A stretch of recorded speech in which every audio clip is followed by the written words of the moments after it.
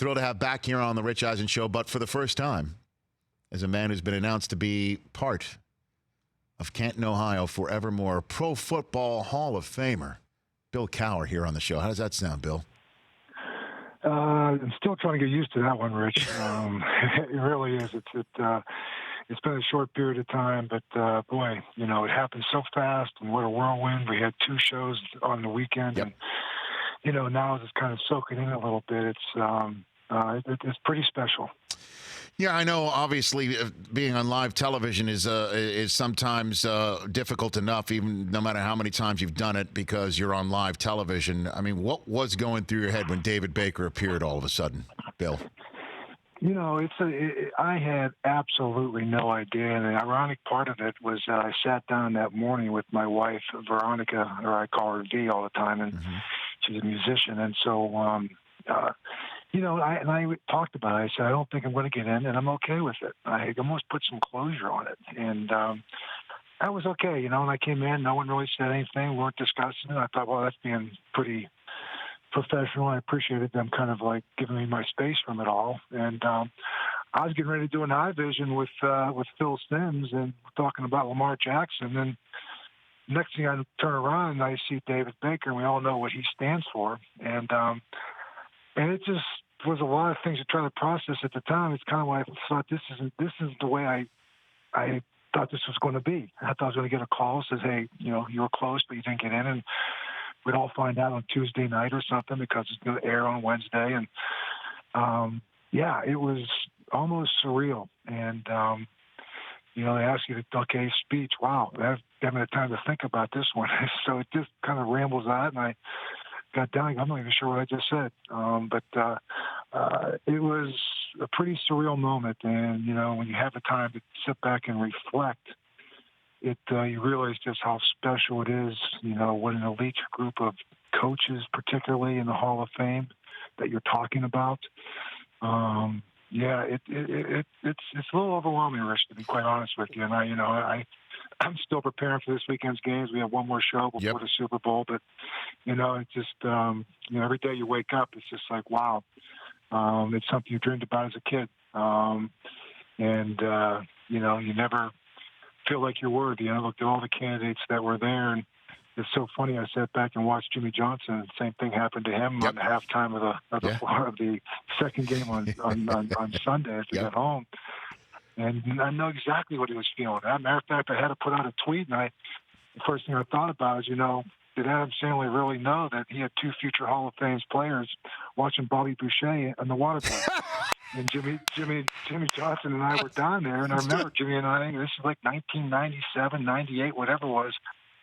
And Adam actually, I think, has since then retweeted. I said, but we were talking about Bobby Boucher, and he's saying he's like Zach Taylor. I go, no, he's like Greg Lloyd. And he goes, whatever. And so it's going to be really, really kind of fun to kind of get reunited with Jimmy over that little one. That's fantastic, Bill. I mean, that is just great. And you know, it's interesting, too. Those may not know because you're so synonymous with the Steelers and that organization that your NFL coaching career began in the state of Ohio with the Browns as a special teams and a defensive backs coach for the Marty Schottenheimer Browns back in the day. What if somebody came up to that assistant and said, it's all going to wind up in Ohio for you? What would that assistant have said, Bill? Oh, I mean, Rich, you know, when I went up there, I quit playing. Marty, I wanted to know if I wanted to come to and be a special teams coach. I was already a special teams captain with the Eagles in '84, but I was on IR, and you know, and I was, well, you know, I had orthoscopic surgery. I could come back, but I thought, wow, you know, I had a chance to get into coaching, so I went there with Marty, and you know, I never coached before in my life, and Marty took a chance on me for being a special teams coach. I did it for 2 years, and he said, okay, I want to move to secondary. I go, secondary? I'm a linebacker. I don't know anything about secondary play. Because then I guess you're going to have to find out and do some research. I go, okay. And I did, and then he went to Kansas City, and I followed him. And, you know, I've always said there's 2 big mentors in my life, one of which is Marty Schottenheimer, who continued to give me more and more responsibility and allowed me to grow as a coach and to grow as a person. And his work ethic is, you know, it's unimaginable that what he does, and he would turn over every stone. And And then to Dan Rooney, 34-year-old young defensive coordinator from Kansas City to come to Pittsburgh, back to my hometown, to follow in the paths of Chuck Noll. And, I always told the story that really when I got the job, 34, I'm going back to my hometown. And I'm thinking, wow, I just don't, if I can not get fired in the first 3 years, I can make my 20th high school class reunion. And so, I just didn't want to screw it up the first 3 years. And so, so you go back there, you're with your parents, they're seeing their grandkids. I'm there for 15 years. Kids are raised in the same house, went to the same school. And I think one of the things I think about all the time is that there's three people that I know that are smiling on me from above. And that's my mom and my dad and my late wife, Kay. She passed away in 2010, and I met her in college, and I stepped down, quite honestly, because of her. She was not in a good place and passed away 3 years later. And since then I've been remarried, but I've also been able to experience another side of life that's given me more flexibility and just more balance. And so it's been a tremendous road, Rich, and I have been so blessed along the way to meet some great people, particularly in this profession like yourself, and Dion, working with him on Thursday night football, and and the CBS family that has been just so tremendous to myself and give me a platform. And I'm a New Yorker through and through, and it's just an amazing path, amazing journey, and I'd like to think there's still a lot more left. Bill Cowher here on the Rich Eisen Show, and we'll talk about the AFC Championship game that will be on CBS later on this weekend in just a second. And I'm honored you would include me in that list, Bill, because one of my favorite memories of being a host for NFL Network was in Detroit. What turned out to be, your biggest night professionally as a coach, winning the Super Bowl in Detroit, and you coming to the set afterwards, and then Bettis, there's like 90 people coming to the set afterwards after that big night. It's something I cherish for sure that evening. Well, you know what? That was man. You talk about talking about a team on a mission. Matter of fact, I was just texting with Mike Vrabel, and I drafted Mike, and he played for me for 4 years, and I said, man, you're kind of making every game personal here, aren't you? It kind of reminds me of a team back in 2005. I like your demeanor right now, and so. It really was a special team. We went to Detroit and 3 road wins, and we had a chance to be the home team. I said, nope, we're wearing our road jerseys because we're kind of road warriors. And I said, we love being the underdog. They go, I think you're favored in the game. I go, no, we're not. Don't let the facts get in the way of a good narrative. And so I said, we're underdogs, and I'm gonna make sure they feel that way. So it was. That was a special year to be able to hand Dan Rooney that trophy. That was in my 14th year in the National Football League. That meant a lot. And last one for you on the Hall of Fame stuff. You mentioned, obviously, Dan Rooney, and you mentioned Noel's name as well. You're going to have a bust in the same room as them, Bill. I mean, that's a fact. And right? I mean, and the John Madden phrase that he coined when he went into the Hall of Fame about he believes that when the lights go out, the busts talk to themselves. I'm wondering, I know it's first blush, but who would you want to have a conversation with when the lights go out, when your bust goes in that room? Oh, my Bill. Gosh, that's a great, great question. I think the first person that comes to mind, to be quite honest with you, is Vince Lombardi. I look at myself as a coach. I look at myself as someone and the way he approached the sideline, and and I would love to have a much more deeper talk with Chuck. He never shared a whole lot when I came in for him, and I almost feel like that was the wisdom he passed on, was you need to do it your way. You can figure out the building yourself. But I would love to be able to go back with Chuck and can we just have some time and really talk about this? It's just a legendary franchise, and I think about those guys, and man, you look up to guys like Dick Butkus and and I guess Jack Lambert. If I ever find him, I always love talking to him. I talk to Franco every chance I get. I grew up in Pittsburgh. You kidding me? I was a Steeler fan growing up, and There's just so many guys. I am just still overwhelmed. I just, as much as you watch it, you see the people in the back with their gold jackets on.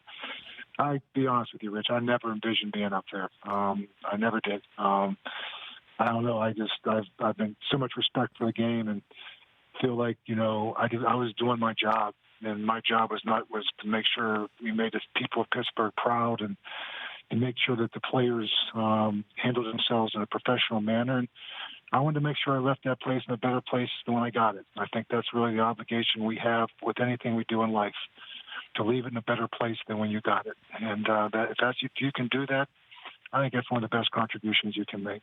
Bill Cowher here on the Rich Eisen Show. And in terms of doing your job, sounds like you already are getting ready for Sunday, texting Vrabel here. And this one is, Yeah. I'm particularly fired up about this, Bill, because certainly in this day and age where so many rushing teams made the playoffs this year, and it seems that there is some sort of watershed moment, interestingly enough, just a few months after last season's game that went on tilt between the Rams and the Chiefs, it seems that there's a lot more of a smash mouth mentality. We're going to run it down your throat. And then here are the Chiefs basically saying, okay, we're down 24. Guess what? We'll just put a 50 burger on you. It does appear to be a clash of styles. I wonder what your first blush analysis of the Sunday AFC Championship game is going to be. Well, I mean, I got to be honest with you. I don't know if I've given the Titans even a chance in either one of these first two games. But, the one thing that I keep watching them do is they're not giving up big plays. They're not asking Ryan and Tannehill to do anything more than he's uncomfortable with, that he's not comfortable with. They're running the ball enough to make the play action work. And Derrick Henry is running like a beast. I mean, I've never seen a man run this powerful, this long. And, through the course of a game, if this thing stays close, you just have to wonder, do they just wear on you? But one thing I look at this football team as opposed to the first two that they beat, New England, we all know the struggles that they've had offensively all year. And so it was a pretty good matchup for them. I thought last week in that game, Baltimore showed a little bit of the rust. And they're really not a team built to come from behind. When you're asking Lamar Jackson to throw the ball that many times, that's just not what he wants to do. And I was surprised that the defense wasn't able to stop Derrick Henry, and I think that kept them close. But, boy, when I see what happened last week with the Kansas City Chiefs, that gives you a lot of confidence, Rich. When you can sit there and be down 24 points and still come back the way they did. Insane. There's nothing that's going to break you, man. I'm telling you. I loved Andy Reid's comment. He said, what were you thinking when you were down 24-0? You know what Andy Reid said? What he said? You need to score some points. Okay. Right. Well, what do you mean you put it out? We just got to fix it and move on.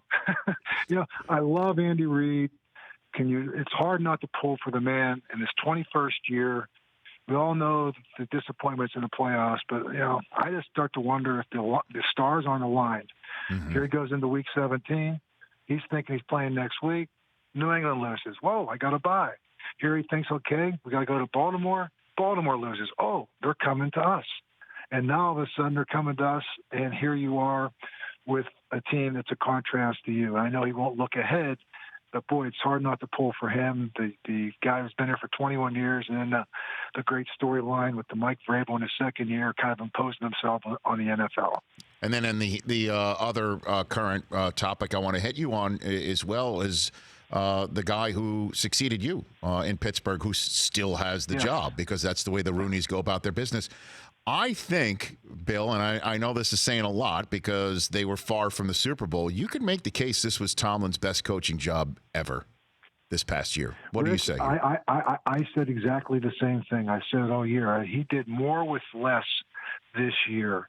And I think he's a really good coach. And I think we always took him for granted because he always had all the players, and you say, well, boy, with that group of guys, you should be winning 12 or 13 games. But, man, you coach in this league, and you try to win as many games as Mike has won. It's not easy. I don't care who you have. And I think what you saw this year was him being faced with some adversity. And the one thing about that team is they fought every week.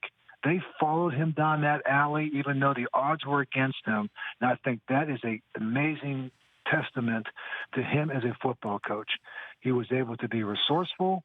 He was able to take the talent he had. They went from an offensive identity to a defensive identity and try to work with the quarterbacks that he was working with. And here he was in week 17 with still had a chance to get in the playoffs. I totally agree with you. I think it was one of his best coaching jobs yet. Last one for you, Bill.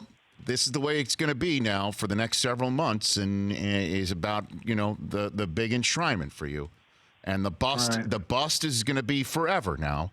Your choice. You have two choices here. You got the smiling Bill Cowher when you win the Super Bowl. That Bill Cowher, that's your bust. Or you got the jaw is straight out. You're saying it and spraying it. You're taking the photograph, the Polaroid, and you're jamming it right into the shirt pocket of the official. Do you want that Bill Cowher, or do you want the smiling Bill Cowher for your bust? What are your choice? Oh, that's an easy one. I know I was on the sideline, and if I'm in there with the rest of my peers, I need to be the guy I was on the sideline, not the guy that I am now. So, you know what?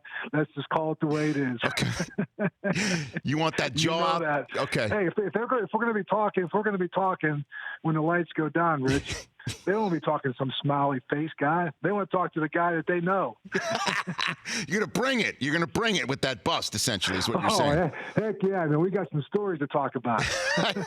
Bill, congratulations. I'm very thrilled for you. Rich.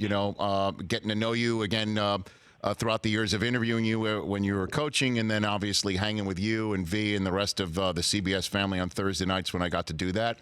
Very thrilled for you. And so, by the way, all of Pittsburgh is as well, Bill.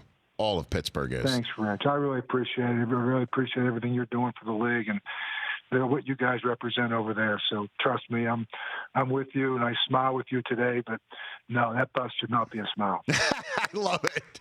Take care of yourself, Bill. Thanks for the call. All right, You got it. That's Thanks. Bill Cowher. He'll be part of the CBS coverage of the AFC Championship game on Sunday at Cowher CBS on Twitter, right here on The Rich Eisen Show. For more of The Rich Eisen Show, tune to Audience Channel 239 on DirecTV for free on BR Live or download the Rich Eisen Show app.